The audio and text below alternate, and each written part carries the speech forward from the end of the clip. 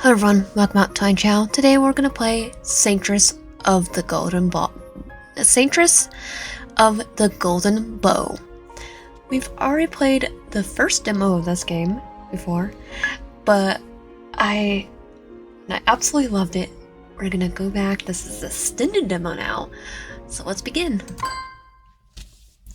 Just my luck. Why does it have to be pouring now? I want to go home. I'll be soaked by the time I reach the subway. I run down the street, holding my bag over my head in a futile attempt to block the rain. I do my best to stay underneath the shop awnings. The cars speeding down the street, however, kick up puddles that shower me in rainwater. I'm ill prepared for such weather. I didn't even take a hoodie with me, let alone an umbrella. The damp cold seeps into my body and make me shiver. This day sucks. My boss yelled at me again, and I have to cover for my sick coworker on top of doing my own task. An office job sucks. I mean, could be worse. It could be retail.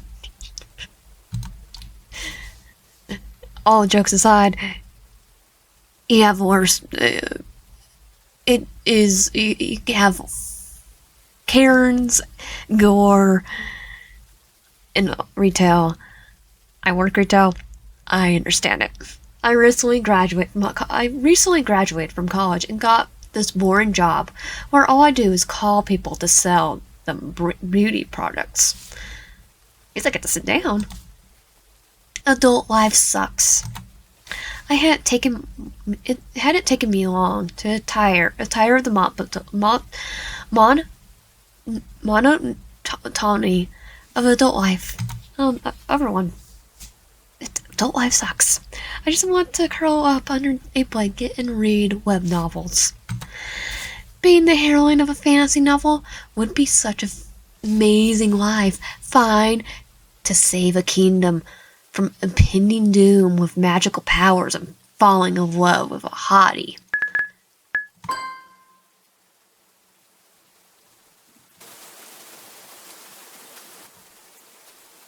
No, there's wonder why there's no noise. Or multiple hotties thinking about what to read next. I run through the crosswalk. What? By the time I notice the light is actually red, not green, it's too late. I'm in the middle of the crosswalk when I'm in the middle of the crosswalk when a truck driving straight at me. Truckoon! Should I take a step back or run forward? Quick. Think, Celine. I take a step back, but it's too late.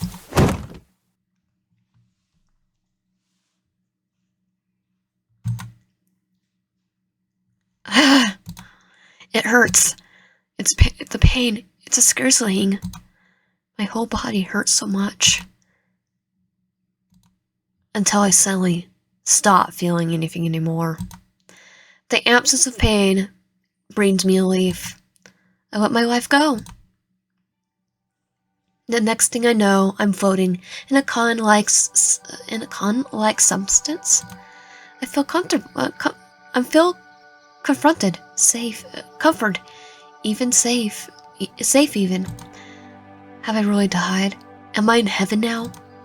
I want to read the last chapter of my favorite author's new web novel. And I'll never find out what happens to heroine in the end.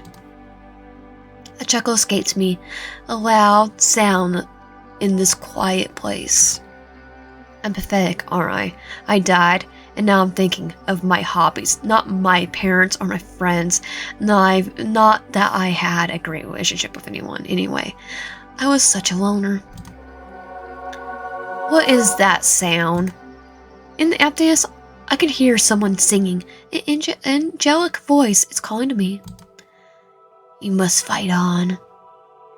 You must fight on. I must? But I'm dead. I don't have to do anything. Suddenly I feel a pull. My soul gets grabbed and yanked towards a golden whirlpool. I scream, but no sound comes out of my mouth.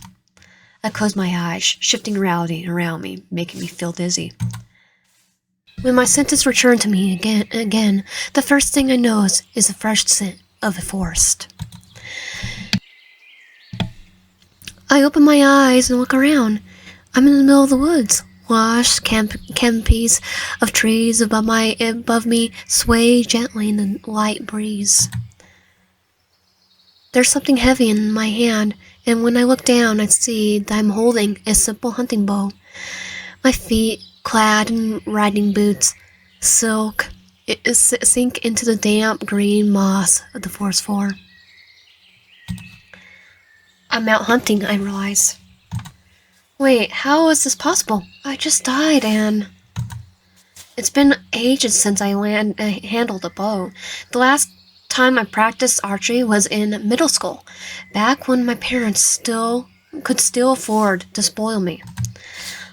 I also haven't put on such high boots. Today for work, so these fancy boots, or fancy pants or this jacket. The outfit looks almost like it belongs in a Korean webcomic. Who am I? Celeste? Where are you, Celeste?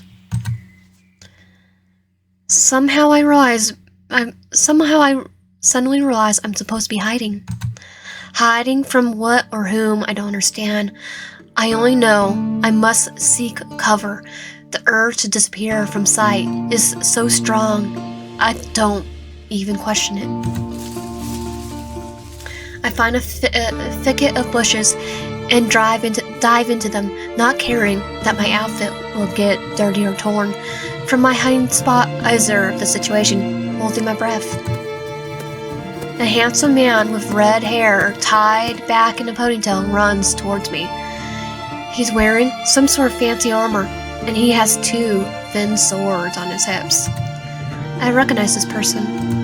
This man is my knight, Levi Perif. Wait, I don't have a knight. I'm Serene. I'm a 21-year-old simple American office worker, fresh out of college, with a job in sales. Is this really the whole truth though? Levi turns left and right, searching for me. Celeste, please come out. Failing to discover me, he runs off. I recognize this guy's looks from somewhere, and the name Celeste is familiar too. No, I couldn't have. Did I get reincarnated here? Out of all the books or games that could have been the setting for my reincarnation, why did I have to end up in the BL tragic fantasy novel? Why this one? The Saint of the Golden Bow is the work's name. It's recently adapted to a webcomic.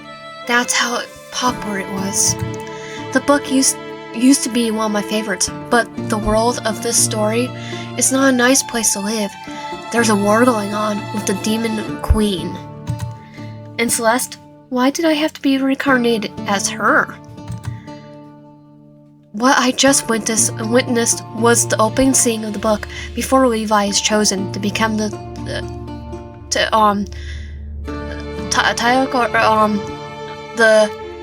saint. He goes on hunting with his unrequited love, the lady he's serving. He's supposed to protect Celeste, but he loses sight of her at some point, and an ungodly sound makes the hairs of my skin stand up. The creature that's made the sound appears to my right. It's the ugliest thing I've ever seen. An abomination, a demon. The imp's leathery wings flap in the air. Then the creature flies towards me. It has spotted me. It's like, okay. And this is where everything changes.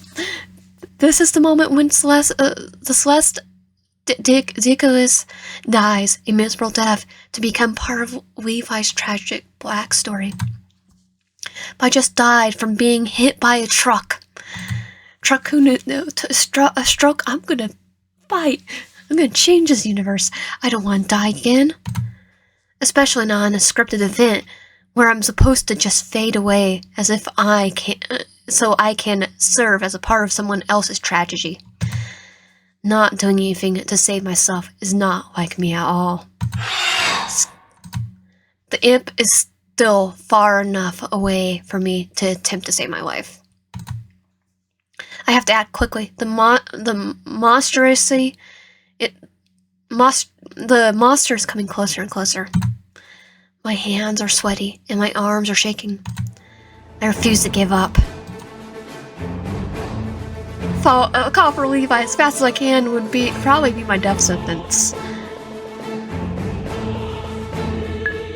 Shoot the demon with a bow. In my hands, I hold the key to my salvation. I pull out the bow, draw back, and aim at the imp that's flying straight at me. I take a breath and release it, remembering what I was taught in middle school about archery. When I'm sure of my shot, I know I can't deny any longer. I send the arrow flying. The arrow hits the demon straight in its ugly head. Yes! Headshot! With a final frying sound, the monster falls to the ground. I breathe heavily, collapsing to my knees. I did it! I thump my balled up fist against the ground, feeling the damp moss beneath my fingers. I breathe deeply again, taking in the smells of gorgeous forest. They calm me down. I'm alive. The tears roll down my cheeks. I'm terrified, but I survived. Celeste! Levi comes running towards me.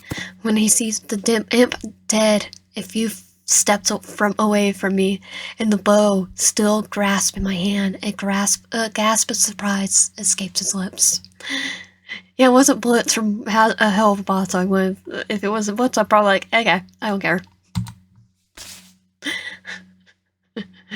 Your squad gun beats arrow anyway. Celeste, what happened? Did you kill this demon yourself? Yep, I nod for a moment, entertaining the thought that I decide, indeed, Celeste, not Celine. I open my mouth to explain the situation, but my voice sounds raw and shaky. I killed the demon. I fully managed to whisper. Levi walks up to me and kneels down before me. My lady, can you walk? I give his question some thought, but I feel so weak. I wipe my tears away. I don't think so. I'll carry you. There's no need for that. Ah! Levi takes me in his arms, bridal style. The bow slips through between my fingers. I love the artwork. Just love it. Our close proximity is so embarrassing. I want to hide my face, but I can only do so against his chest, which is less than an ideal option. My bow! Don't worry about the weapon. I will return for your bow later. Right now, it's of utmost importance that I carry you back to the safety of the mansion. But it's... I still protest. Levi gives me a glare. No buts. Let me do my job, for once. I love the voice. I let out a long sigh and stop resisting. Levi walks towards where we left our horses, or so my memory of Celeste recalls. So I really am Celeste now. I'm part of the world of the saint of the golden bow. But I was supposed to die. So what will my survival mean for the story now? All washed up, my lady. After an awkward bath where I had to let my maid, Linda, wash me, I finally dressed in a nightgown and allowed to rest. My body feels weak, the shock of dying and reincarnating, then almost dying again, finally taking a toll on me. A loud yawn escapes my lips, I cover my mouth. I'm going to lie down. Is there anything else you need from me? Oh, I forgot I'm supposed to formally dismiss Linda whenever I want to be alone. She's Celeste's servant after all. I'm good for now. I'll call for you later if I need anything. All right, my lady. Linda curtsies before me, and then she exits the room. I sink into the softness of the mattress, taking a good look around the room. This place has an undeniably expensive, polished, fancy look. Somebody has tried very hard to make the atmosphere more feminine, and I know it wasn't Celeste. The Celeste in the book mentions is quite the tomboy, caring little for girly things like dolls and decorations. She doesn't have good social skills, she lacks proper knowledge of etiquette, and she dances like an elephant. Instead, she's great at archery, hunting, and riding horses. She's the best. That means she's amazing. She's ahead of her time. However, the society deems all of those activities inappropriate for a lady, and thus she doesn't have many friends.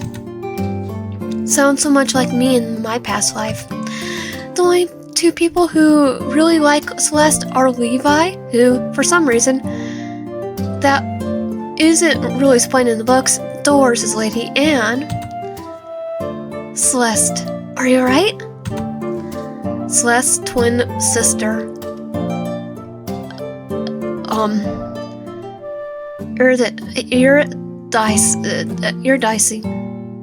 Eurydice. I can't pronounce her name. The book also briefly mentions her as part of Levi's backstory, simply describing her as the more ladylike twin who loves pink and romance novels. I feel Celeste's emotions for her sister in my heart, though. Celeste really cherishes her sister. Celeste? She knows that I'm staring at her with a faint smile on my face. I'm alright. Thanks for worrying about me.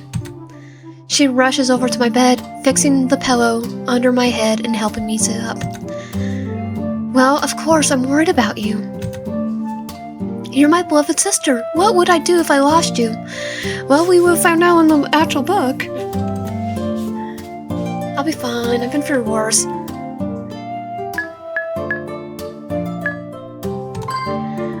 I'm fine. I've been through worse. A quick sort through Celeste's memories.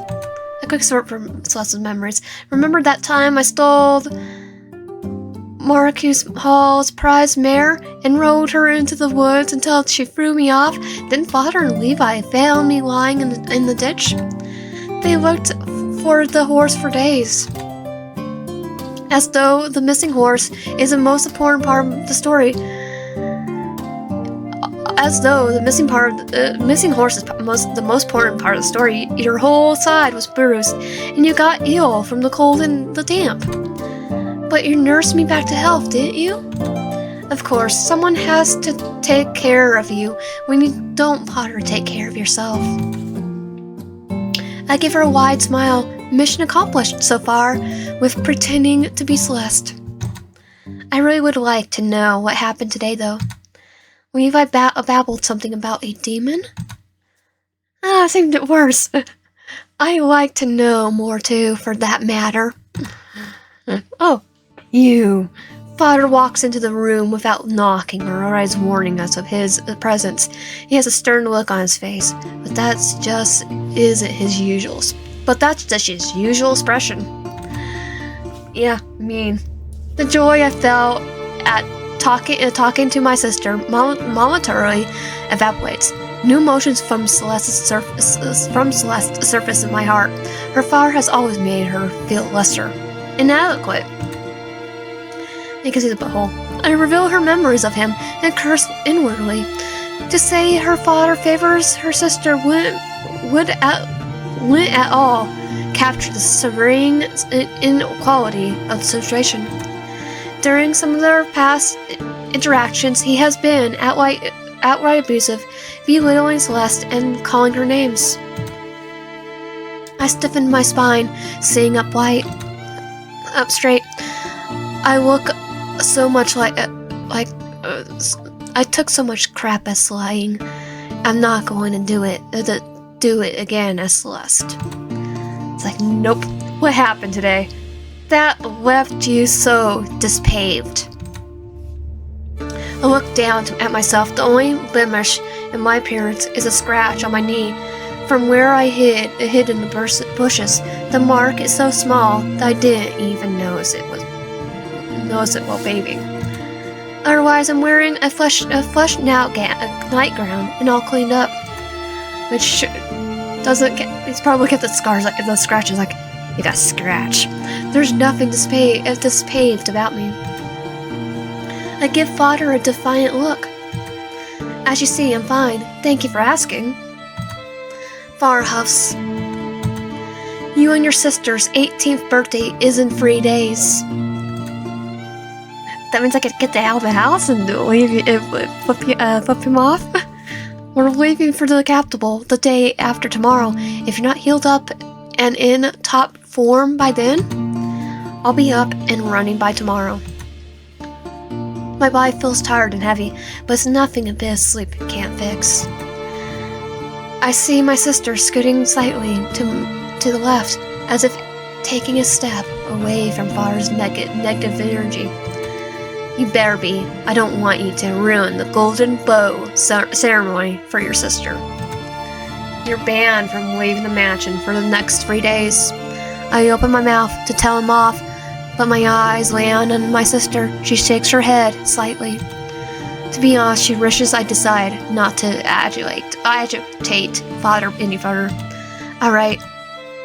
I nod. I don't feel like going hunting or horseback riding anyway. Someone would quickly notice that I'm not as good at those activities as Celeste should be. I'm still not sure how much of her skills I can access for myself. Levi set me in front of himself on his horse to return us to the mansion earlier, so I have no idea if I actually know how to ride a horse myself. I only rode a horse once or twice as Celine when I was a kid, not nearly enough to match Celeste's experience. Now tell me what happened. I killed the demon. Both Father and my sister let out a gasp of surprise. You what? Levi said you two had an encounter with a demon, but I assumed that he was the one that killed it. No, I just got the arrow and just like, shoot it, kill it. I shake my head and smile.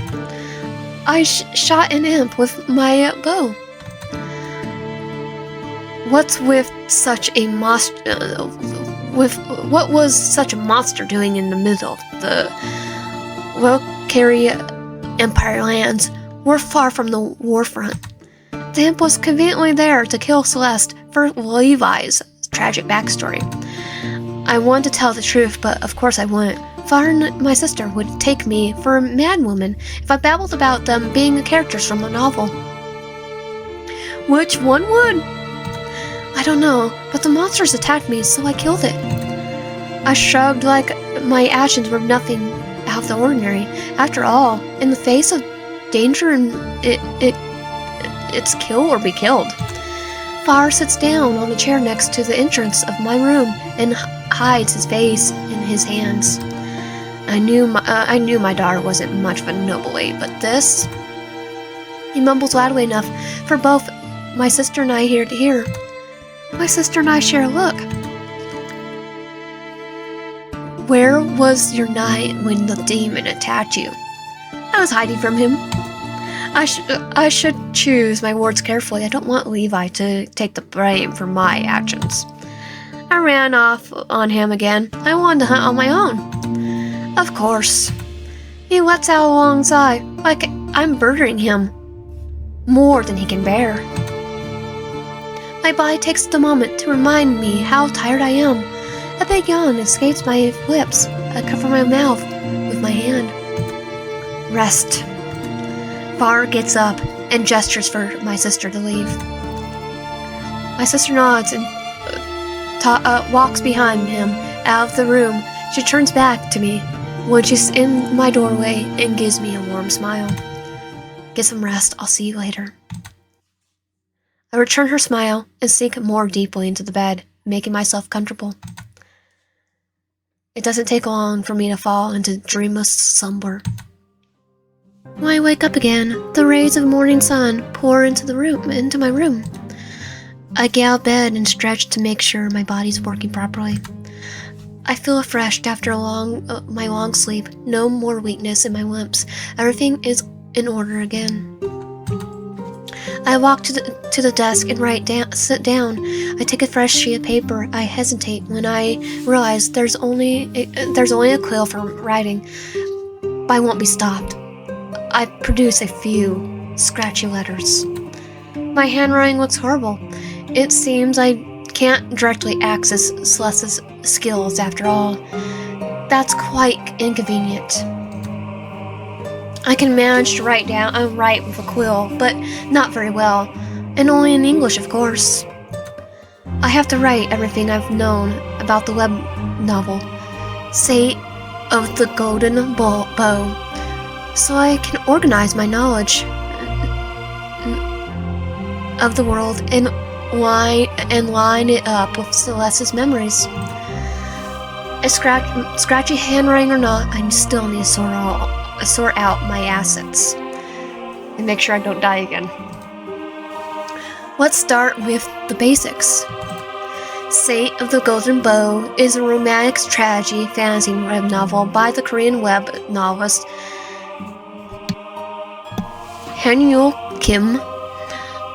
I read the English translation on one of my favorite web novel and comic web apps. There's a lot of them, I think. At least apps like that. I know there's a Japanese one. The story was supposed to be turned into a webcomic and had a promo art, which is how I was able to recognize Levi immediately. His design and artwork even had him in the same outfit he was wearing on the day of the demon attack.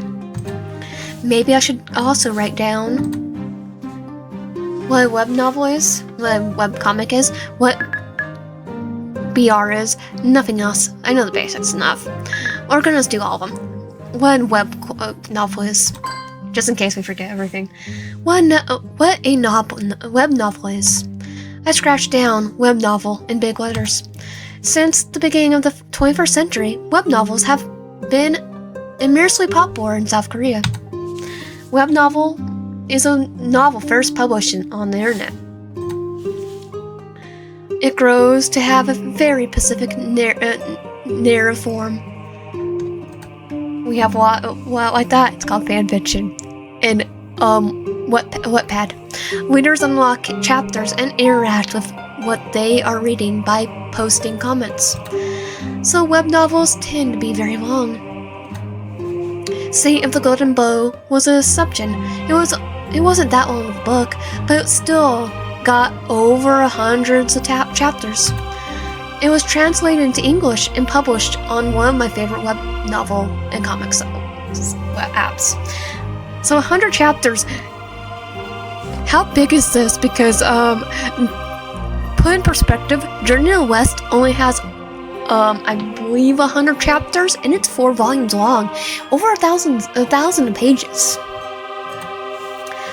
I was grateful for the chance to read it in English, as I don't know Korean. Should study in college. What a webcomic is, which I know.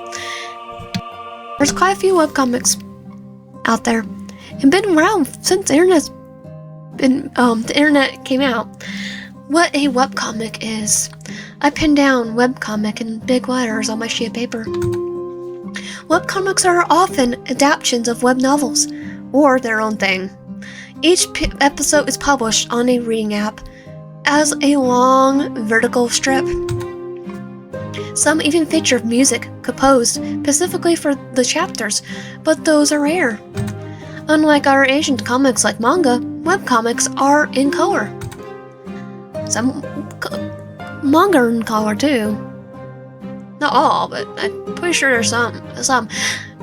At least they have some pages that are in color. Italia, for one, has some pages in color. They're published digitally too, which Italia was digitally as well. Though sometimes they also end up being printed as books. It was started out as a webcomic. They're a very popular genre of webcomics right now called isekai. Yay, isekai, wish we were already done. Wait. Log.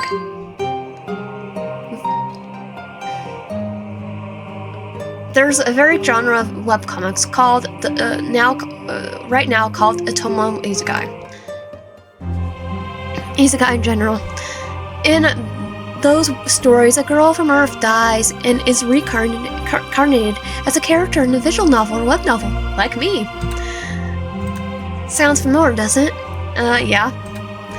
I let out a long sigh. I've been isekai'd, haven't I? Yeah. Celeste, you're behind on that. Not as a villainess, though. A bad character, like most of those stories. Instead of what I'm is referred as an extra, an insignificant character, which I do have some games on my list that are like that too. Maybe that's for the best. After all, being a minor character means I couldn't have messed up the story too much by avoiding my planned death in the plot. Oh, how I'm wrong. Only time will tell. What BL is. What BL is. I scribe BL on the paper. Boys' love is a genre of Asian media that centers around relationships between two men, but is geared towards a female audience. You could have not directed to a female audience, and you have a big female audience on those characters. You could have a shonen, and people make ships for two characters. Say Bakugo and Deku. There's a ship. People will ship any character. Doesn't matter if it's a BL. It's romantic and simply wonderful to watch two men fall in love with each other. It doesn't even matter if it's BL. I'm really such a simp for good BL romance. Nothing else, I got the basics, that's enough. Nothing else, I got the basics, that's enough. I get up for a moment and wander over to the mirror. I touch a hand to the glass. The design of Celeste wasn't included in the promo art. I'd taken my new features, purple hair and pink eyes, and slender figure. There's no denying it. I'm really not Celine anymore. The understanding that I have reincarnated into the novel finally settles in my mind. I feel calmer than I ever thought I would be if something out of a novel suddenly changed the course of my life. There's no fine reality, is there? As strange as the situation is, I'm Celeste, and I have her memories. But somehow I'm Celine as well, equipped with knowledge of this world that Celeste never had. I walk back to the desk and sit down to continue organizing my thoughts. Maybe after I process everything, I will break down and cry about my fate. Right now, however, I don't feel like moping around. Instead, I want to fight for a better fate. Back to Saint of the Golden Bow, the book starts with Celeste's death event. Levi was in love with his lady for years, but the actual love interest of the story is Prince Noah. Celeste has to die at the beginning of the story to make Levi feel at his lowest when the Golden Bow chooses him as saint. Why didn't Celeste save herself if she was said to be great at archery? Because plot must be a book logic. She has to die for the story in the Saint of the Golden Bow to process the way it did. Soon after Celeste's death, Levi's quest to save the Lokari Empire from the Demon Queen begins.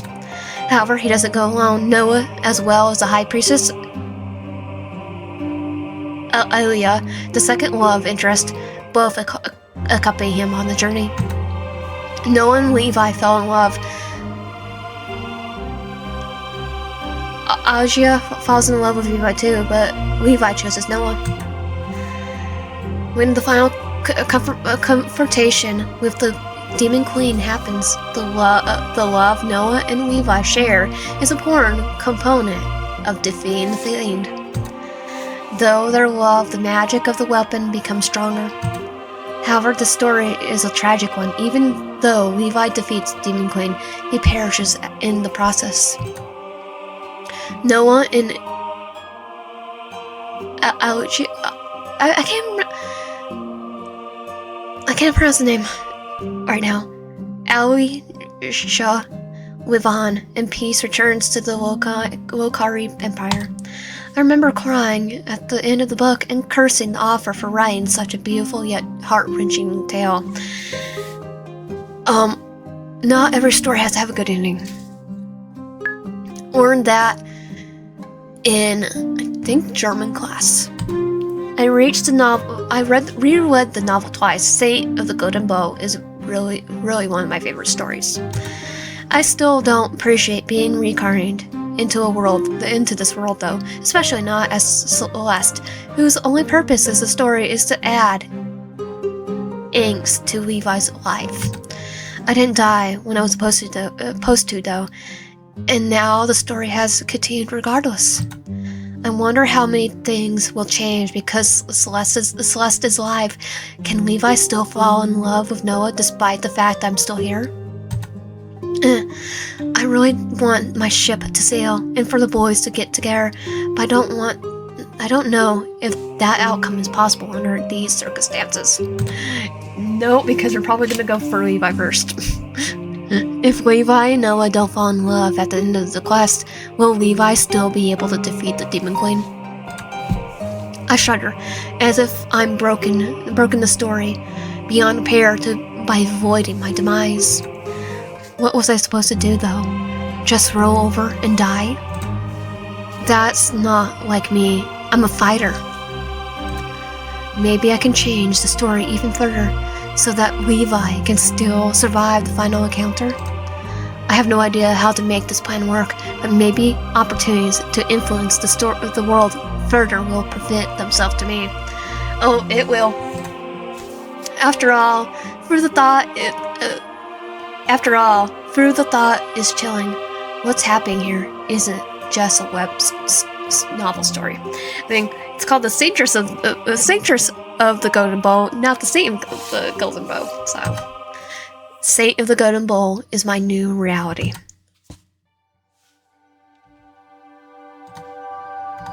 On the day of Celeste and her sister's 18th birthday, Far takes us to the capital to attend the Golden Bow ceremony. Levi has his 18th birthday a few days ago as well. Since he's the lower standing than the Count's family, Far got the approval of the church for Levi to attend our ceremony together with us instead of his own few days earlier.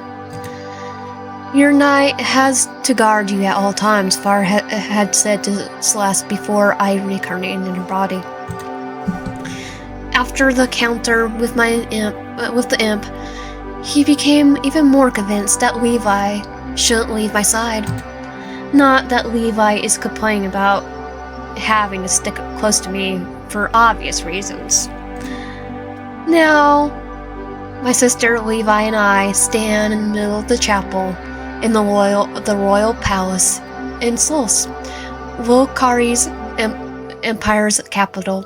Behind us are the many other people who will be tested. Before us is the high priestess, Ali. I'm just gonna call him Ali. Serene takes a spot behind the Tigor golden bow, the fabled artifact that will choose the saint one day.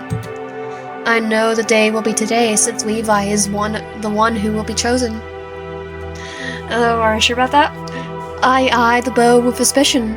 Light reflects off its golden covered surface. The design is pretty and elegant. It looks like a pain in the butt to use as a weapon, too ornamental for my taste.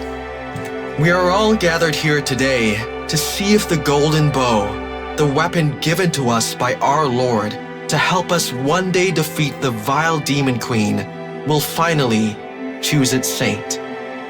On this beautiful morning, when the sun's rays fall through the windows of our chapel, let us give our gratitude to the Lord.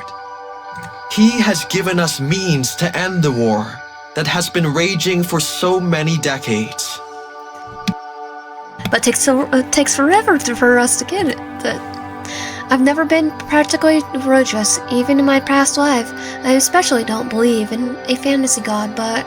Let us give our gratitude. Let us give our gratitude. With my sister and Levi, bow their heads and say the words of prayer. Along with all the others in the hall, I mumble the words as well. Let us give our gratitude. With more sarcasm. I don't want to draw suspicion to myself after all. 20 years ago, the blessed blacksmith was bestowed with the Lord's inspiration and crafted the golden bow. 20 years later, we finally get used. Man. He worked tirelessly, day and night, until finally, he completed the artifact. Ever since then, the people of the Lokari Empire have sought to be tested on the day of their 18th birthday by the golden bow. The artifact will choose its wielder. That person will become the saint and be tasked with defeating the demon queen, who has terrorized our borders for 23 years. So 20 years, and it was 3 years before. I'm glad Ellie reminds us of the history of the bow. I've forgotten some of the details. I will now call forth today's attendees to be tested. Each of you just needs to touch the golden bow once, and its judgment will be bestowed on you. Ellie takes one sheet of paper and reads his first name on the list. Okay, my sister, daughter of the Count Diabris. She approaches the bow. She puts her hand on the artifact. Nothing happens. Of course, what did I expect? Levi is a saint. The golden bow will only grow for him. A frown appears on the high priest's brow as he reads the next name. Celeste, the daughter of the Count Debris. I take a deep breath and step out onto the podium. Readying myself, I shouldn't expect anything. I put my hand on the weapon. For a moment, nothing happens, but then... the bow grows, its light getting brighter and brighter with each second. The light feels scorching hot. I close my eyes, worrying if I go blind if I don't. You must fight on. I hear the angelic voice again. Was the bow the one speaking to me when I reincarnated, or was it the god of light himself? The thought that I may have been addressed by identity is frightening. No. Gods aren't real. You're not a witch, Celine. Golden bow. The burning light makes my skin feel like it's on fire, so I take my hand away from the bow. But my hand continues burning, the searing pain climbing up my arm to my chest. I scream, my head spinning. The pain is too much for me to handle. I want to stop. Stop. I'm on fire. I'm dying. Not again. Wait, Celeste. Sister! Levi and my sister are calling to me, but I don't have the strength to respond. My conscience fades. Darkness takes me into a comforting place. I feel so foggy. I feel so groggly. I'm in the guest room of the apartment that was assigned to our family when we first arrived at the palace for the ceremony. The impersonal decor makes the place feel cold and unwelcoming. I know the room is supposed to look grand and elegant, but I don't feel at home here at all. Lady Celeste can't be the saintress of the Golden Bow. The road is too dangerous for her. It's supposed to be you, but I lived, so now I am. I turn my head to the left. Levi and my sister stand by the door. Neither of them knows I'm awake. Just imagine her going on a dangerous quest to defeat the Demon Queen. Makes me terrified for her life. We have to stop the church and empress from declaring her to be the saintress. Levi, it's not for us to decide who the saintress is. Neither is it the choice of the church or the empress. It's the God of light who singled out Celeste to be the savior of our empire. This must be some kind of mistake. Nope, because I'm now, and you were supposed to if I died. Levi, you're committing blasphemy here. You can't go against God's wishes. But Lady Celeste is... Look, I know you're worried about my sister, but please mind your words. If someone other than me hears your opinion about God's choice, you may get in trouble. So, I really am the saintress of the Golden Bow? I speak up, not believing my own words. Levi and my sister turn to me. My sister runs up to my bed and takes my hand in hers. Celeste, you're awake. How are you feeling? Fine, I think. Just a bit tired. You really scared us in the chapel. You screamed like someone was tearing you apart. The light of the bow entering my body felt like I was burning up. It was burning me. That sounds horrible. It was painful. I think I have a mark now. Oh, yep. Tears well up in my sister's eyes. I squeeze her hand, trying to comfort her. I glance behind her to where Levi still stands by the door. He has a defeated look on his face when he knows me watching him. He finally approaches the bed, standing behind my sister. I can't be the saintress. It was supposed to... I cut myself off while I realized I'm almost just said that Levi was supposed to be chosen as a saint. I can't tell what happens in the books. I can't tell them what happens in the books. They don't even know they live in a fictional world.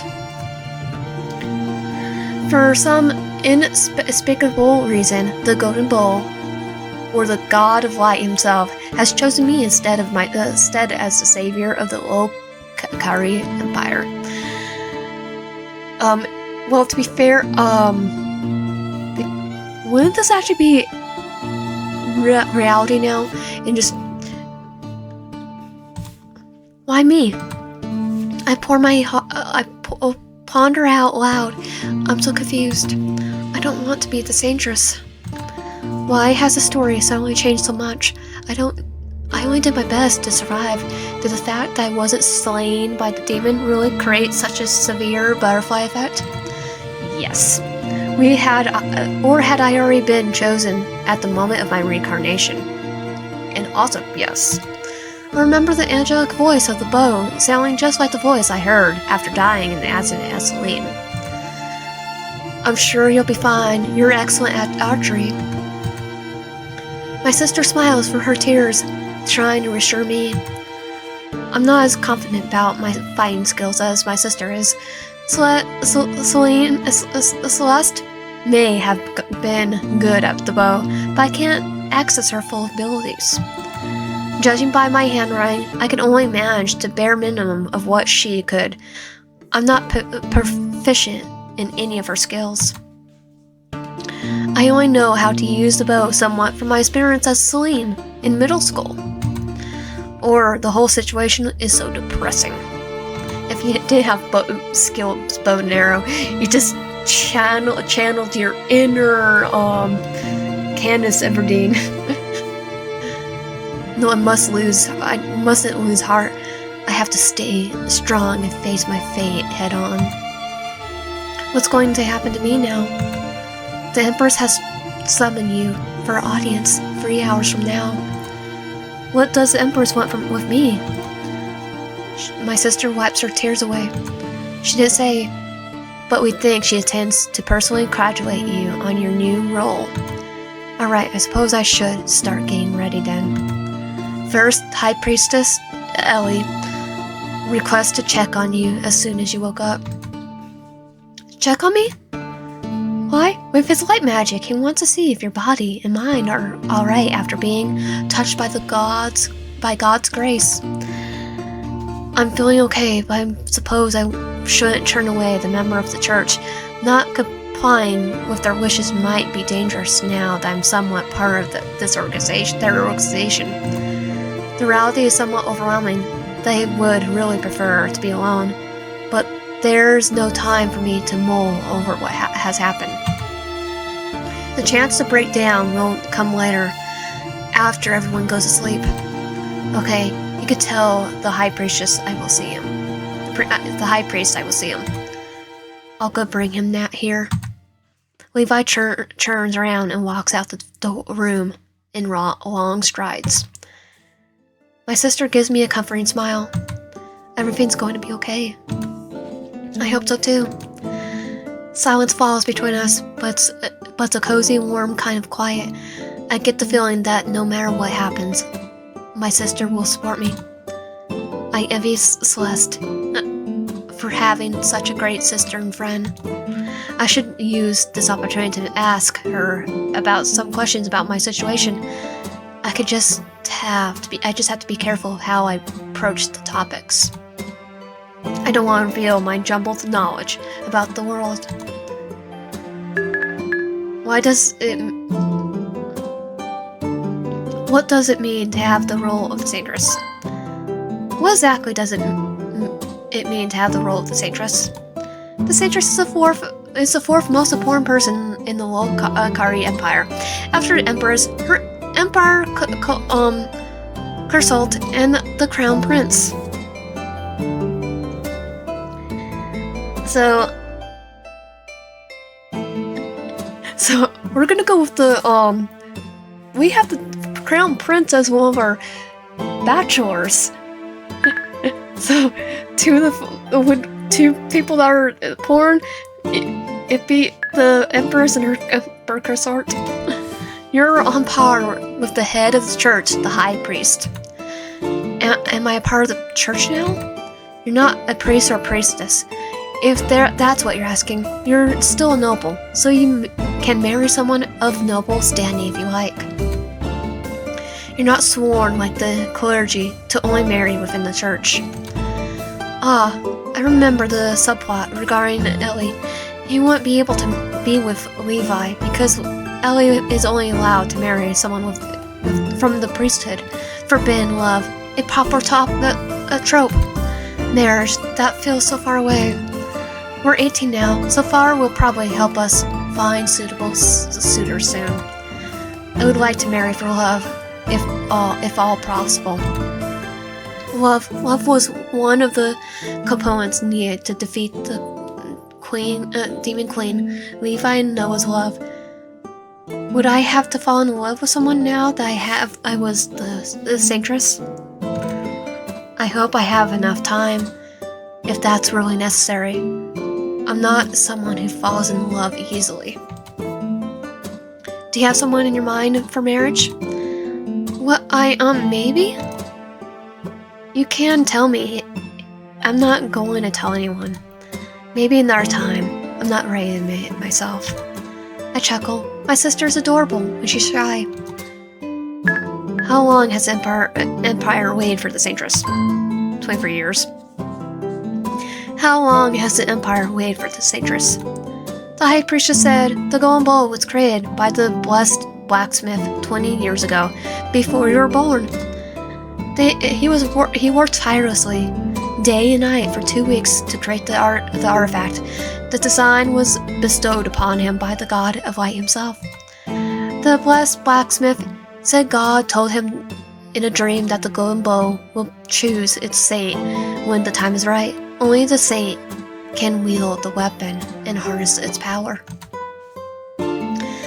What my sister tells me aligns with the backstory I already knew from the novel, but it's good to be reminded about the details I listened intently.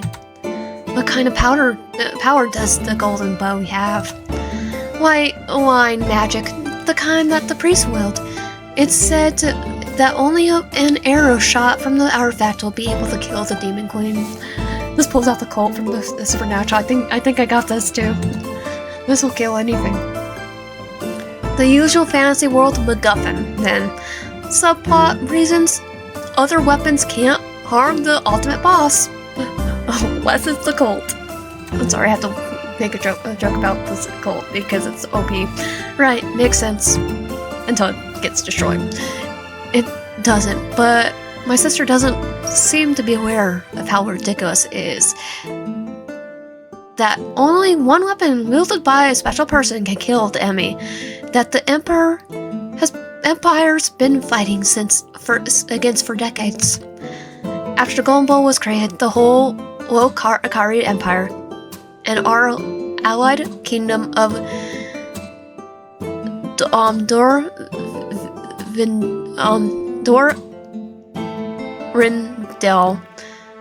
were tested to see if the saint was among them, but the savior wasn't found. Later, it was decided that every person would get tested on their 18th birthday, as suggested by the blessed blacksmith. 20 years passed, but the saint still wasn't found until now. It feels so random. I'm actually chosen as a saintess. But it's my reality now. The world seems to be operating on book logic anyway, because it's based off a book. In game, at least. What do we know about the Demon Queen? What do we know about the Demon Queen? The people who have seen her said she looks like a beautiful woman, except she also has horns, a tail, and a third eye on her forehead. It's like, can we date the Demon Queen? But she's far from human. She's cruel and dangerous. She kills humans without mercy. She commands an army of demons, vile monstrosities. You saw one. Was it ugly, as they say? The imp wasn't pretty, that's for sure. I mean, the right person to imp would be the sexiest person in the game. Just saying. The war has been going on for 33 years now. Over that time, 1/3 of Akari Empire's 8 lands to the east have been ravaged by war and infiltrated by the demons. They leave only ruins behind when they take over a town. Their fire is said to be ever burning. You have to travel east to defeat the Demon Queen. She's taken up residence in the Cloudmond Castle. It's used to be the seat of the Duke Caldmond and his family, but they had abandoned their homeland to the demon 10 years ago. The news doesn't make me want to go to the border at all. It'll be like walking straight into the maws of the enemy.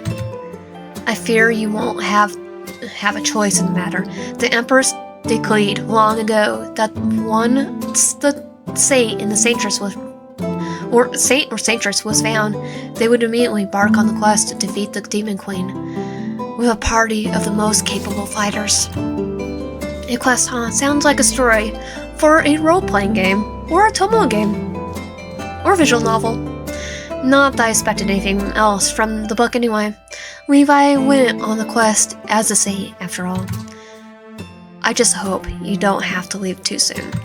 I think I'll need some time to learn to wield the going bow and to accept the whole situation. I'm sure the Empress will understand. That's all the questions I have now. For now, those are all the questions I have. For now, at least. Thank you for helping me sort through everything, sister. She gives me a bright smile. That's what I'm hoping for. One thing's certain. The people of the Lokari Empire have been waiting for the Saintess for ages. A law of fate will be put into your abilities. A lot will be expected from you. I don't envy you. If I could, I would share the burden with you. Thank you. I'm really moved by my sister's dedication to me. There's a knock on the door, then Levi's voice can be heard from the other side. High Priest Ellie and the court, Count Deverus have arrived. Dicles, they can enter. Ellie comes into the room, followed by father. Levi closes the door behind him, remaining in the living room of our apartment to guard the entrance. The High Priest bears a funny smile. Father, on the other hand, wears his usual scowl on his face. It's like flips him off. He seems like he wants to say something. I give him an inquiring look, which is met with a glare. I don't know if I should laugh or cry at the fact that his disposition towards Celeste hasn't changed, even in the middle of such a life-changing situation. What does Celeste have to do with her father to show her affection? Does Leave never come back from him? He's a butthole. If I had any hope that he would be proud of me now, I would have suddenly advanced to a great position in the hierarchy of the Empire. If I had any hope that he would be proud of me now that I had suddenly advanced to the great position in the hierarchy of the Empire, it evaporates now. Because he's dumb. I decided not to say anything to Father while Elliot is around. I don't want him to witness a fight between us. I doubt I can hold my tongue right now. Oh, I won't. I'm fighting him. Can I sit beside you? Sure. Ellie approaches and sits beside me on the bed. I need to touch you to make sure you're healthy. Is that alright? Is this how white magic works? As someone who reincarnated here from Earth, I have little knowledge about magic. I don't remember her seeing like this one with the High Priest in the book. Come to think of it, Levi didn't faint after touching the golden bowl. He must have a stronger resistance to pain than I do. Celeste doesn't know much about magic either. She has no magical power of her own. After all, nobody in the Quace family does. If Ellie says he has to touch me for his magic to work, though, I doubt he's lying. I look at him. He stares back at me with a patient smile. The High Priest is really attractive. I never thought I would find a guy with pink hair dashing, but he must have the longest eyelashes I've ever seen on a man. I blush, rousing. I'm checking Ellie out. He's a priest, for heaven's sake. My sister just reminded me that he can only marry within the clergy. He's off limits. Besides, he only wants to touch me to make sure I'm okay.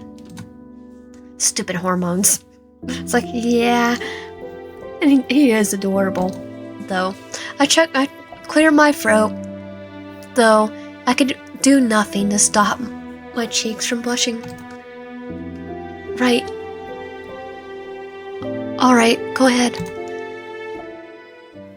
Ellie surprises me by leaning his forehead against mine. I love it. Before I could protest, an aura of white surrounds his body. He's really working his magic on me. I close my eyes and focus on how his magic makes me feel. His touch is pleasant and warm. I feel strangely comforted. Before I realize what I'm doing, I lean in closer towards him. Ellie chuckled, makes me snap out of my comforting embrace of his magic. Light magic does have a good feel, doesn't it? Yes. There's a twinkle in his eye and a confident smirk on his face. Is he flirting with me? Probably. Embarrassed, I pull away. Celeste is healthy. I can also confirm that the golden bow's magic has entered her body. She's the Saintess. Fire lets out a heavy sigh. I hope you don't embarrass me. I'll screw you too. I glare at him, pursing my lips. I want to call him out on his unkind behavior, but I won't stop myself. I stop myself. I turn to Ellie instead. Thank you for the checkup. You're welcome. Only 2 hours remain now until Celeste has to attend the audience with the Empress. I guess we should go and let Sister prepare for meeting the Empress. I want to keep talking to Ellie. If anyone can explain to me more about the golden bow's magic, it's him. Unfortunately, now is not the right time. Far rings a bell. A moment later, Linda appears in the doorway. Make Celeste presentable for meeting the Empress and Emperor consort. Yes, my lord. Everyone says their goodbyes to me, and they leave me alone with my maid. I follow a step behind father. We walk through the corridors of the palace to the throne room where the Empress and the Emperor consort are waiting for us. As I watch father's back, I feel Celeste's resentment for him resurface. No, resentment isn't a strong enough term to describe her feelings. Celeste hates her father. Not without reason either. What he's done to her over the years is something I can only describe as pure abuse. He's belittled her constantly, both in public and in private. His favorite title for her is his no good daughter. He has always made her feel like she's less than her sister, unworthy of his praise. The only time he ever pulls his attention away from her sister is when Celeste misbehaves. Celeste's mother died when the two girls were young. Celeste has no memory of her, and no one to shield her from her father's wrath. Maybe the situation's why Celeste is always out hunting or horseback riding, taking herself far away from her father and her duties as a noble lady. And Levi, he has watched Celeste suffer at her father's hand. I have a memory of him standing up for his love and father having him flogged for it. After that event, Celeste forbade her knight to ever act in her defense again in front of her father. Levi protested, but Celeste insisted, using her authority as a noble lady to make him agree. In the years that followed, they both suffered. Celeste from her father's abuse, and Levi watching his love and pain. How could I not hate Celeste's father for his disgusting behavior? A pain of loneliness shoots through my heart. My parents never abused me, but I wasn't from a picture-perfect family either. There was a lot of fighting between Mom and Dad before they even divorced. I was 14 when they parted ways, and I have a lot of trouble accepting that the situation wasn't my fault. I tried to help them fix their broken relationship before the divorce, but they didn't believe their marriage was worth saving. Eventually, everything fell apart in regards to my efforts. Ever since then, I had trouble trusting anyone enough to fall in love. I had a boyfriend in high school, but he broke up with me because I was too cold and emotionless towards him. His exact words. At the time, I didn't know how to show love, or if I should even open about my deep feelings for him at the early stage of our relationship. Both Celeste and Celine have their own baggage. Still, I was finding it very hard not to talk bad to Far whenever he was rude to me. Celeste had long since given up on their relationship and simply chose to ignore his outbursts, but letting someone belittle me wasn't my style. I realized Far has stopped walking when I almost bumped into him, stopping just in time to avoid the collision. Hi, please, Allie. It's like flip him off still. Attack him. Attack my father. Hello again, Saintess. Count Diocles. Allie nods as with a soft smile, ignoring Levi's presence, of course. Knights in the Lokari Empire are just guards to their nobles. Allie doesn't think much about Levi in this rally. Levi is not a saint, after all. I decided to join you during the audience. We're happy to have you. Are you ready to enter? I'm not, but then again, I'm not sure if I ever will be. Far nods in response to Allie's words before I can protest. Let's enter. The guards in front of the throne room entrance open the door, and Far and Ellie entered the hall. I turned to Levi. Now, more than ever, I need the support of someone who I know cares for me. Even if Levi won't be allowed to say anything during the audience, I want him present at my side. Come in with me. You'll only be able to stay by the door, but I want you to be there for this conversation. It's like, because you're going to be part of it. You were supposed to be part of it. Alright. I entered the throne room as well now, Levi following behind me. The Empress is sitting on her throne, and the Emperor Corsart is lodging in the small chair next to her. Which is smaller? I like this one better.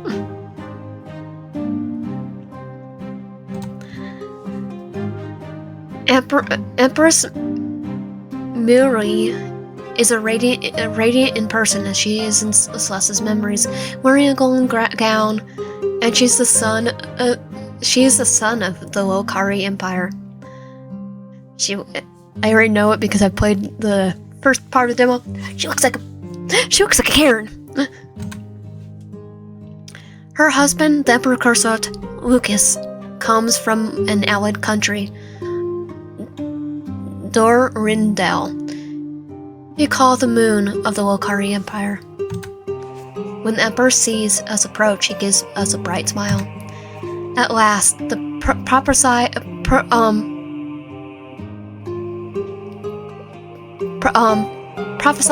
Saintess stands before me in the flesh. I smile and make my best attempt to curtsy, followed Celeste's memory. The once on fire's face tells me I failed to move properly. Screw you too, sir. For some reason, I find his expression funny. I cover my mouth so that nobody sees the smirk on my face. Or sees me flipping him off, give him the bird. If I'm embarrassed far in front of the Empress, I can't say it would be enjoyable. It totally will be. Far and Ellie make smooth bows. Thank you for for the chance to have an audience with you, Your Grace. Grace to be your presence again, my radiant lady. Of course, how could I not gaze upon the chosen heroine with my own eyes? The Empress has been waiting for her for 20 years. Though I'm surprised your daughter is the one who turned out to be the Saintess, Count Eric. A nervous chuckle escapes Far's lips. She always been good with the bow. If I was good with the bow, I'd probably shoot him first. Bury the body. If I heard your daughter doesn't act much like a noble lady, does she? She does have a reputation for enjoying quite boyish activities. Which might save your life, butthole. Far's face turns red. His embarrassment becomes he's embarrassed because of me. Good. I realize I shouldn't let myself be too happy about the situation, though. There's too much at stake. I can't ignore the fact that the Saintess I have to have an important role to uphold in the Low-Kari Empire. As my sister explained to me, I'm the fourth most important person in the hierarchy now. Down with the hierarchy. No pressure, huh? Haha. These two can easily get defeated. Then put her son in charge. It seems the Empress finds me lacking as well, and having her out of all people displeased with me is not good. Oh well. I remember Noah's plotline from the novel. The Empress sends him on the quest with Levi to defeat the Demon Queen, even though Noah is the heir of the throne. Or so he should be. Being the Empress is firstborn. However,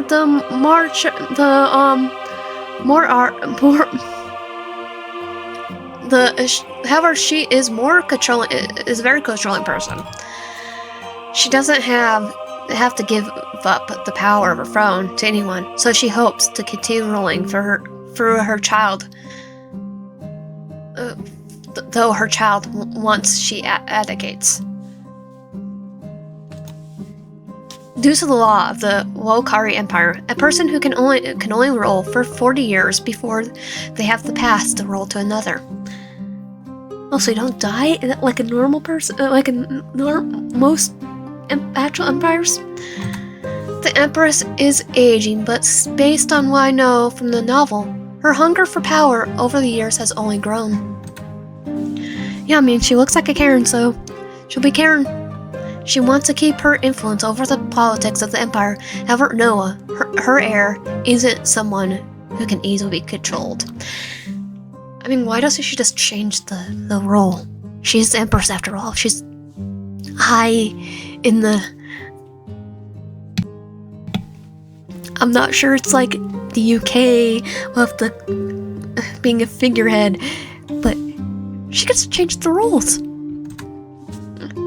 She's not very bright. The Empress has a secret second son, however, 10-year-old Matteo, who she's raised to be completely obedient and reliant on her opinions. She only sends Noah on the mission because she hopes he will die, so she can establish Matteo as her new heir. She can't pronounce someone else the crown prince until Noah's gone.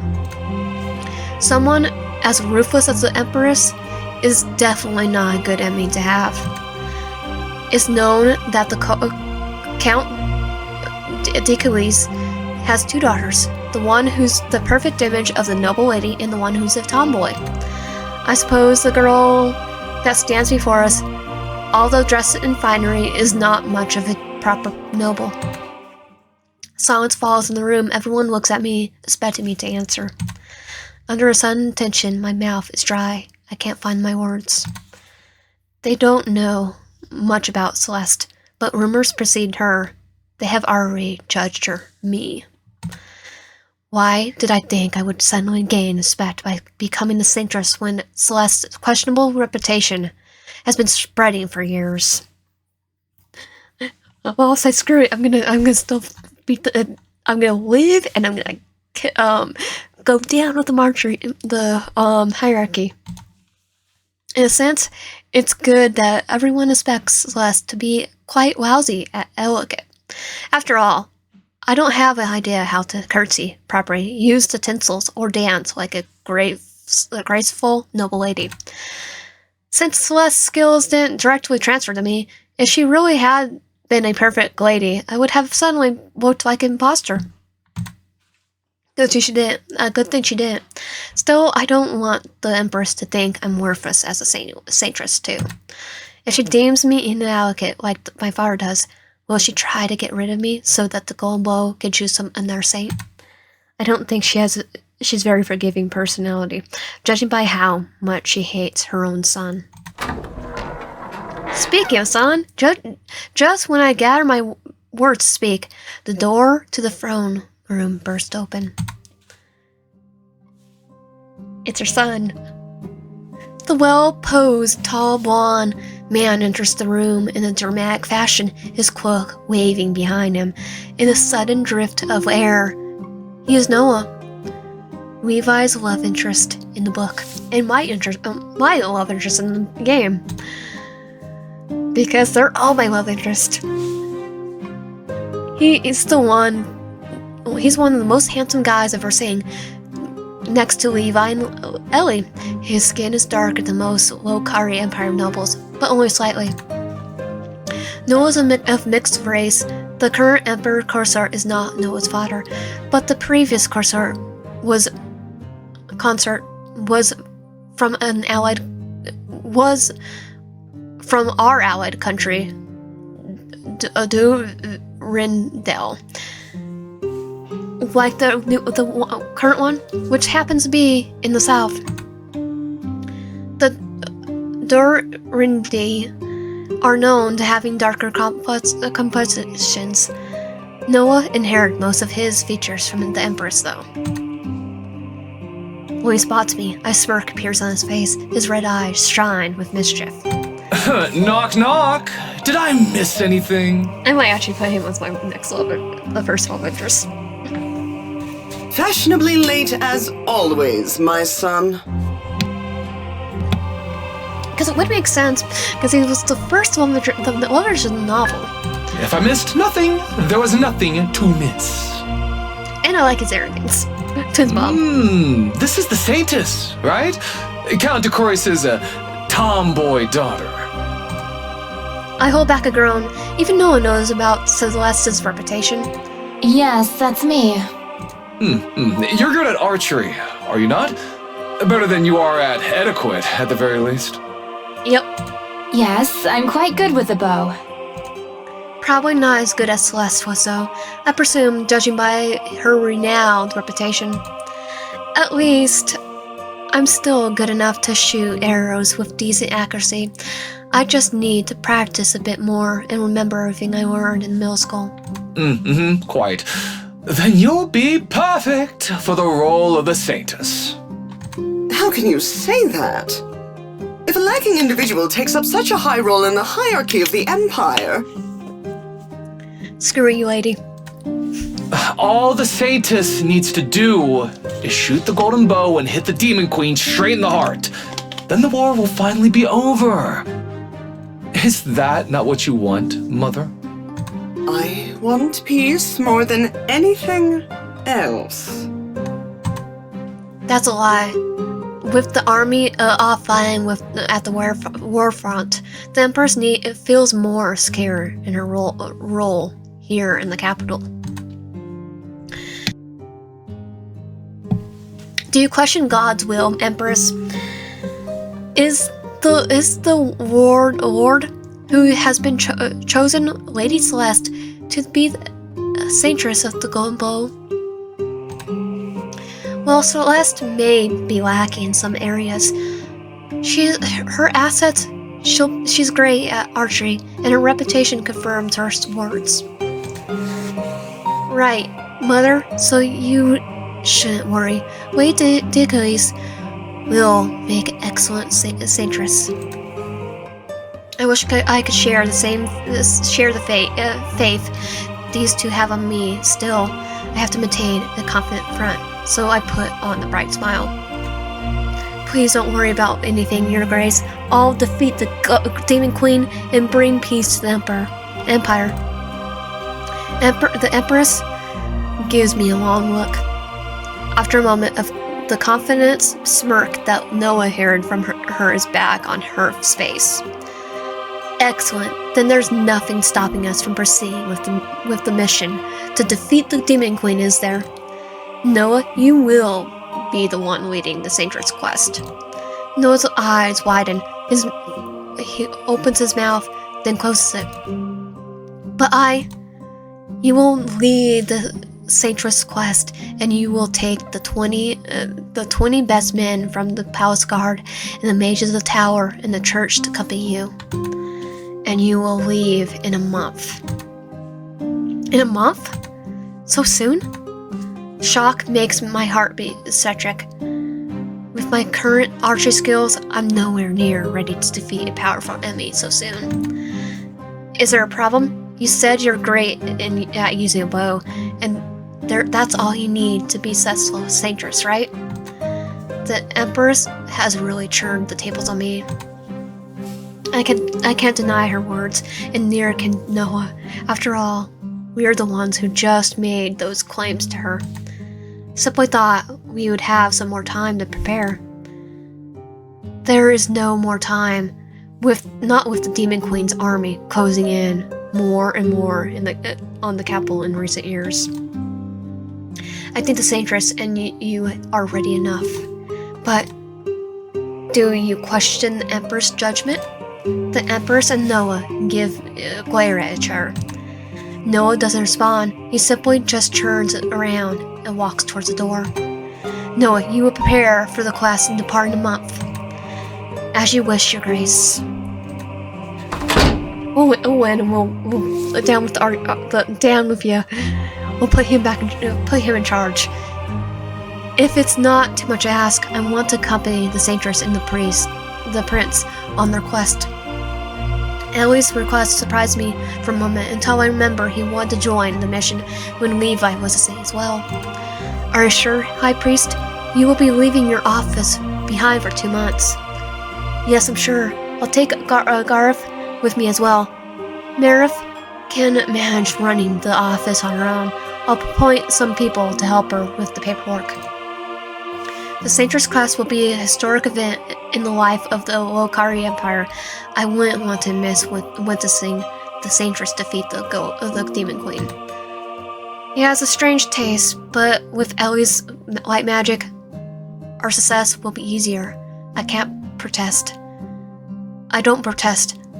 We need all the help we can get. Alright, you may go as well. Thank you, Your Grace.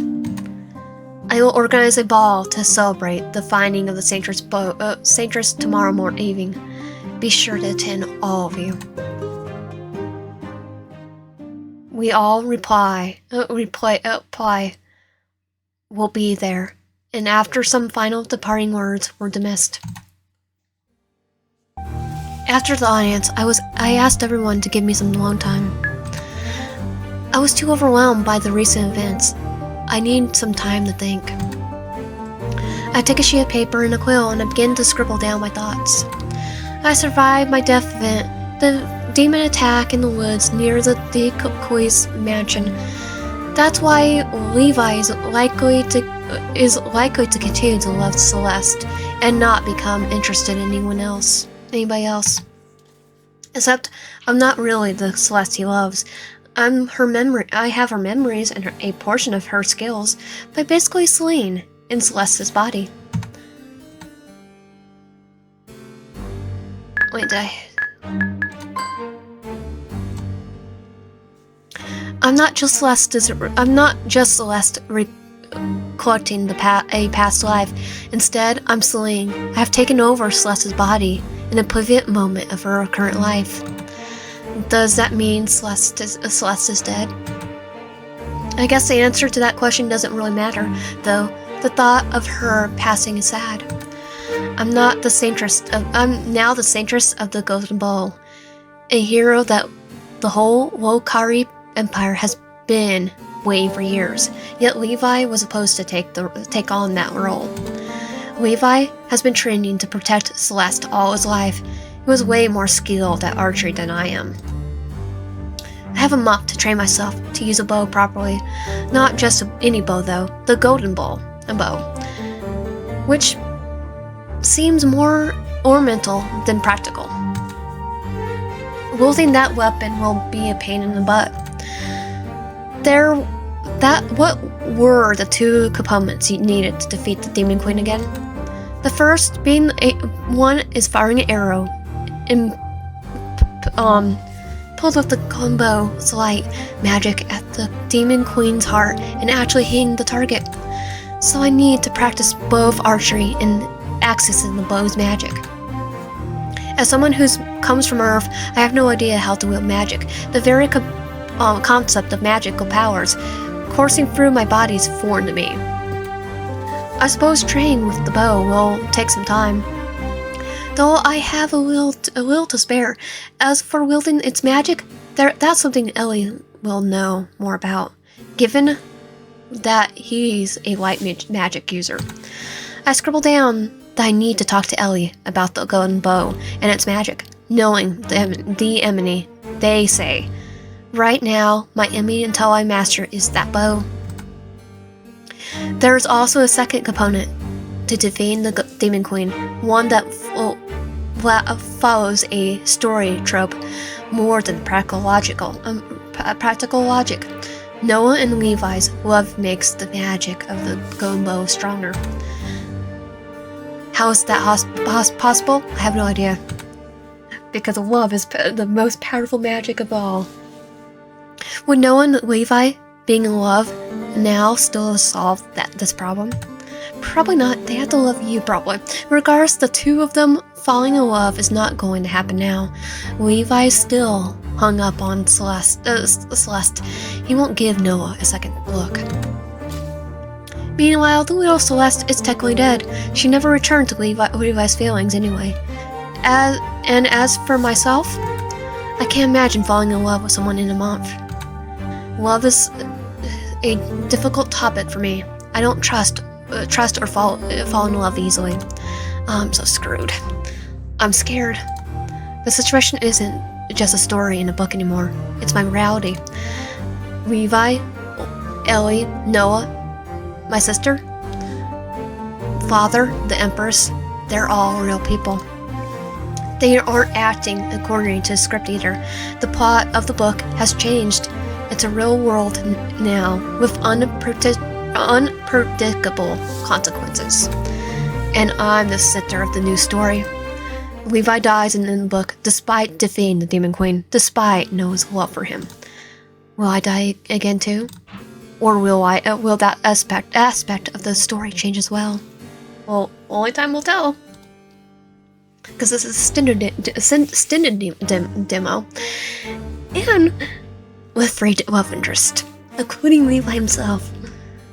Now I can't give up. I must change reality and my fate. It's not like me to mope around and feel defeated. I'm the master of my own destiny. If I have to fall in love with someone, who should it be? Levi, who blindly adores his lady?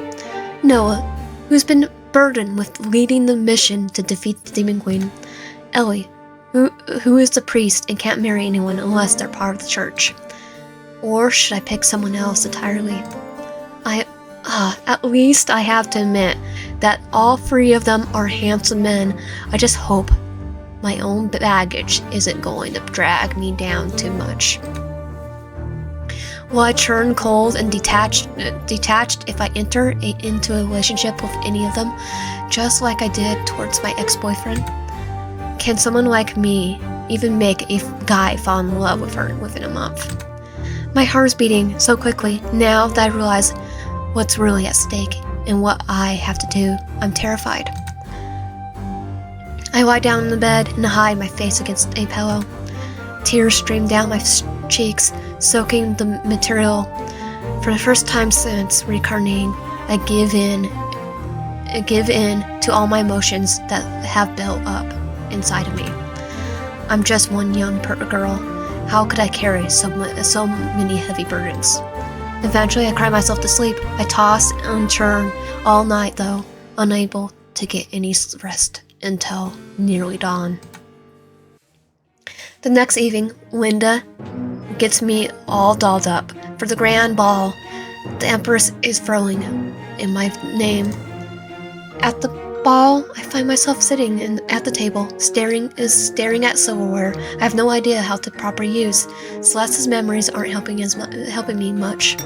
The servants put a salad in front of me, and I pick up one of the forks. There's an infinite grasp from my left. I look at the noble lady sitting next to me. She's almost purple in the face, staring down at the fork I'm holding.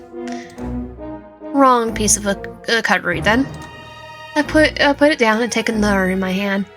I steal a sideways glance at the noble lady. She doesn't seem to be offended anymore. This one must be the right fork, then. This, all the cues are okay, am I doing the right one? When everyone's starting to eat, it starts eating. I dig into the salad too, but it tastes like paper to me. I don't understand why you have to use so many forks and all that. Just one fork's good. Knife, spoon, that's all we need. I'm nervous. My hands are clammy. So you've become the Saintess, Lady d'Aquarius? Yes. The man to my right, Duke George, if Celeste's memories serve me correctly, strikes up a conversation with me. He's a young duke and a powerful player on the battlefield of Lokari's empire's politics. I have to do my best not to say or do anything strange. Yes, despite my surprise, the Golden Bow has chosen me. Well, now that you carry such an important role, do you plan to improve your knowledge of etiquette? Oh, wait, am I using the wrong fork still? Oh, I could see that I'm literally having my hand on the table. He is too, though. He points at my salad. Oh, come on, what am I doing wrong this time? The Duke smiles, but his expression isn't unkind. You have no idea what you're doing wrong, do you? Nope. I don't. May I? He extends his hand to me, and when I don't protest, he touches my hand gently, modifying the way I'm holding my fork. Oh, come on, George. You're spoiling the fun. Well, he's a proper person, unlike you, Penelope. The lady on my left has a crude smile on her face. Shoot, I really was eating the salad wrong, after all. My cheeks heat up from embarrassment. Suddenly, I find it hard to breathe. And I think what actually happens is it's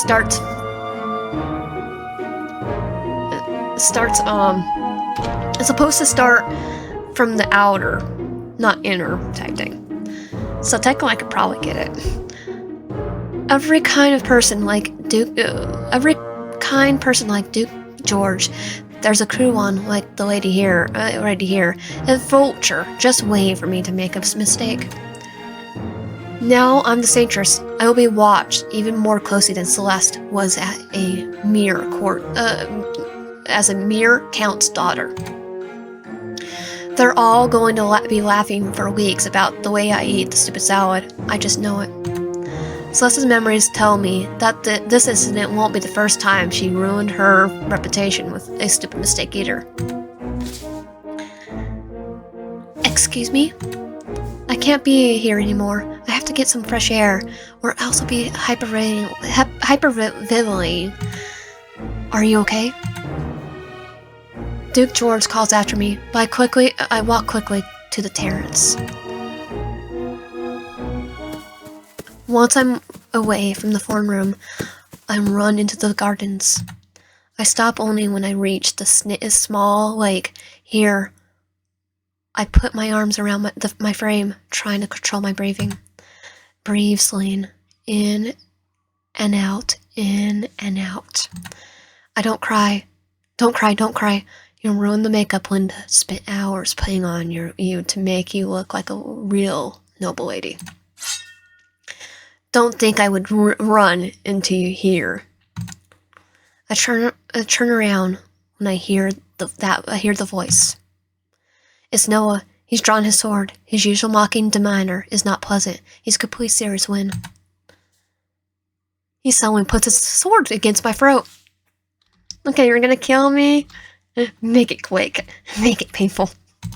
My heart beats so loudly that it feels like it would jump out my chest, this time from fear.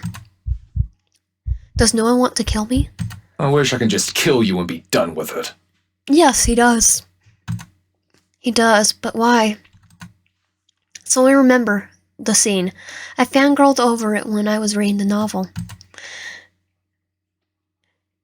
This is the scene where Noah puts his sword to Levi's throat. It's overly dramatic, and most of the readers of the novel read it in a romantic interaction. That's definitely not romantic. He's ready to cut off my head. That's not romantic at all. Makes everything Peter does look more romantic. We talked about the event for hours on the Webnovels forums. But now I think this setup is just ridiculous. I could take a step back at any moment, any time, from the coldest of steel, and my neck would be safe. I gave Noah a long stare. He's looking at me seriously, as if he's really pondering if he should harm me. I don't believe he actually will. I mean, I wouldn't put it past him when he's putting a sword to my neck. I will entertain his antics for a while longer, just to see what he has to say to me. I want to know how much the scene changes with me here instead of Levi. Why do you want me dead? I want to find out. Because you're the reason I have to go on the mission to kill the Demon Queen. And so soon. No, that is your mom. If anybody less capable than you had been chosen as the Saintess, Mother wouldn't have told us to leave within a mere month. So, what? She'll give us 2 months? I'm glad he thinks so highly of my archery skills, especially considering how little the nobles think of my etiquette skills. But he's wrong. I may not be as great at archery as you think.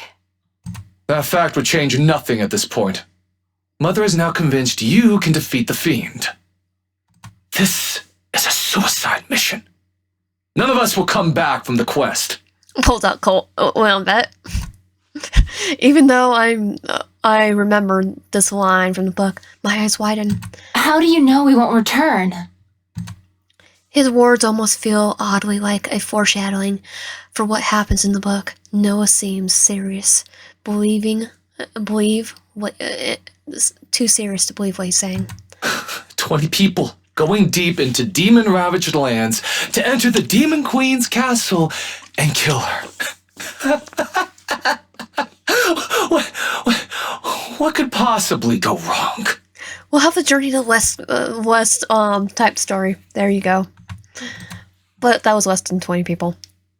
That was one monk, a monkey, a pig, and a sand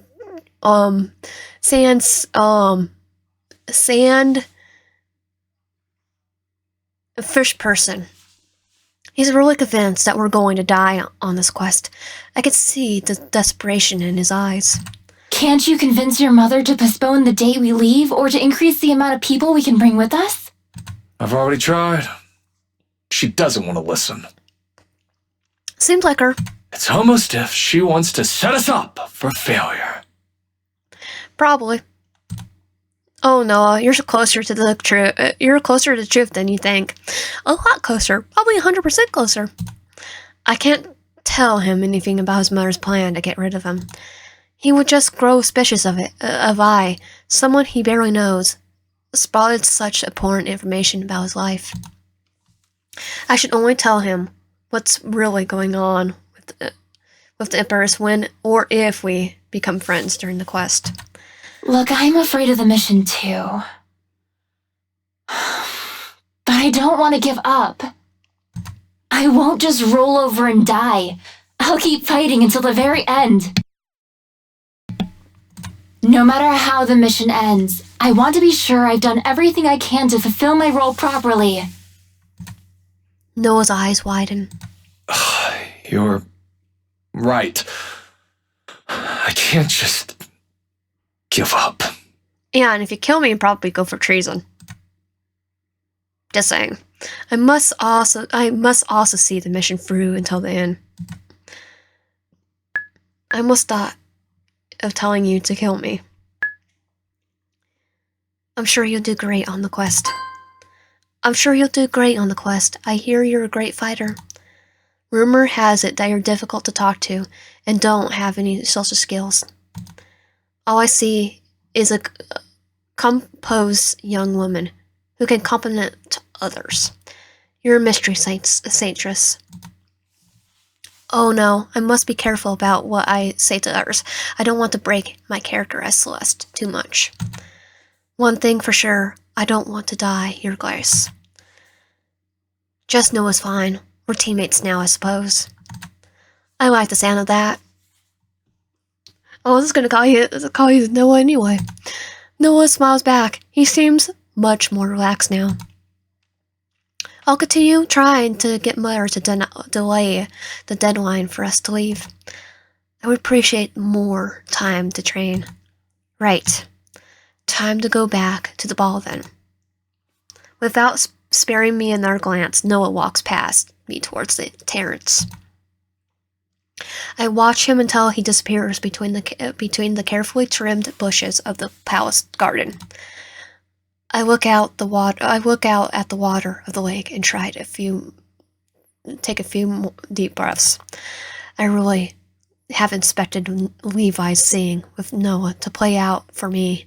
I also didn't respond like Levi did. Our encounter didn't turn romantic at all. My heart is beating quickly, regardless, because I'm still scared about so many things. The stress is catching up to me. I fall to my knees on the soft grass. I can't hold back my tears longer.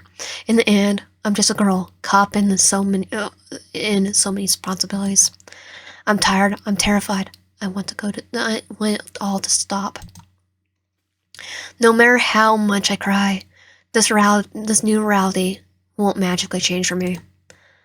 I'm still Celeste, and I'm still the Saintess. The sooner I set my fate and put my energy into the few things I can still change, the better. With a new purpose, I get up and start walking back to my room. Screw the ball, I'm not going back there, only be ridiculed further.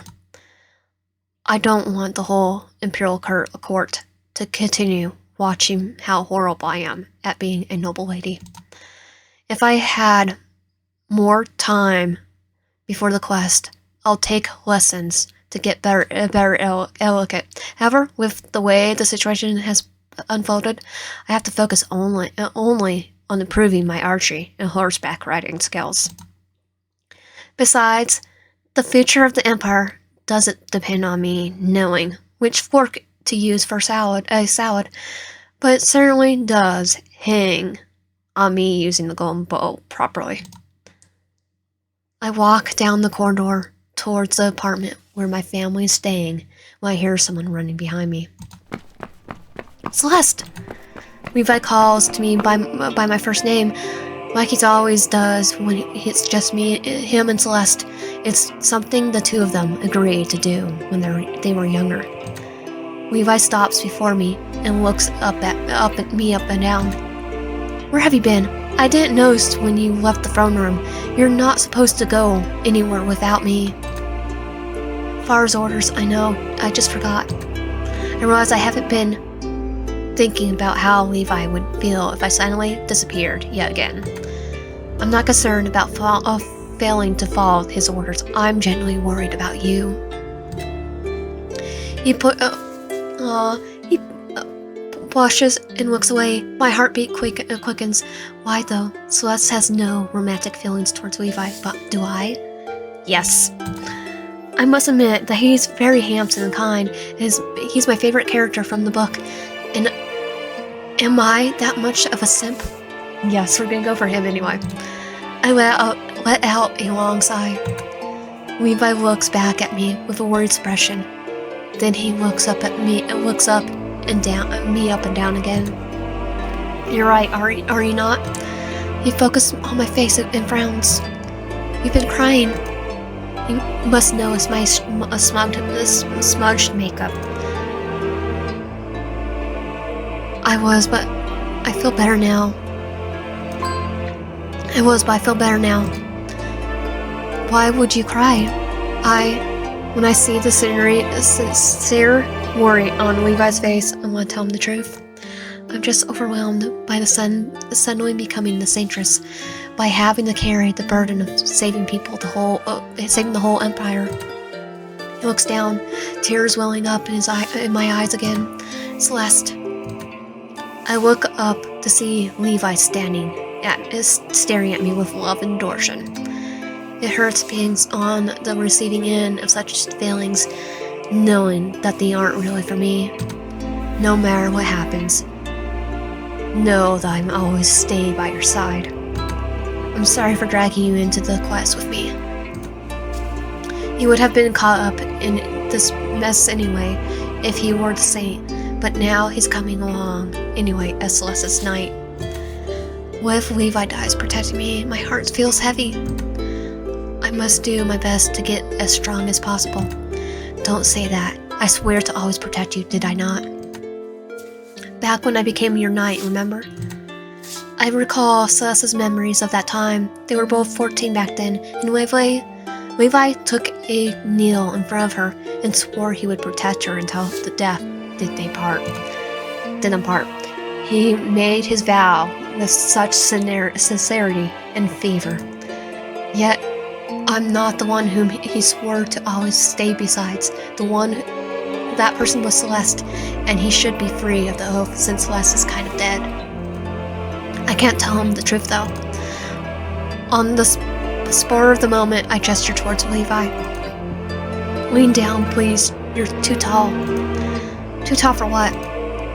Levi gives me a puzzled look before he complies with my request. I press on my toes, kissing him on the cheek, not Celeste, but Celine, because I genuinely feel grateful to him and don't know how to express myself right now. Celeste? Levi blushes a deep red and gets flustered. Only when I lean back and smile at him do I realize I shouldn't be doing something so intimate to a man who loves a woman who once inhabited this body. Unless I was her and then I just woke up like next Katerina from the ex-wife of Villainous. I might be saying him the wrong message. I'm sorry. Don't be sorry. I just wanted to express my gratitude. Well, sigh. You always do your very best to protect me. Thank you, Levi. You're welcome, but it's my job to take care of you. I know you're not doing it just because it's your job.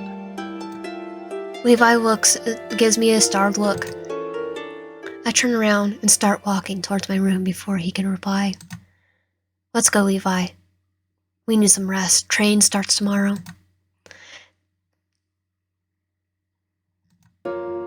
Okay, so that was still the same demo. If you like my content, please subscribe, like the video, help out, and comment down below. See you guys next time. The only changes is there's a few changes to here and there, but it's basically the same demo.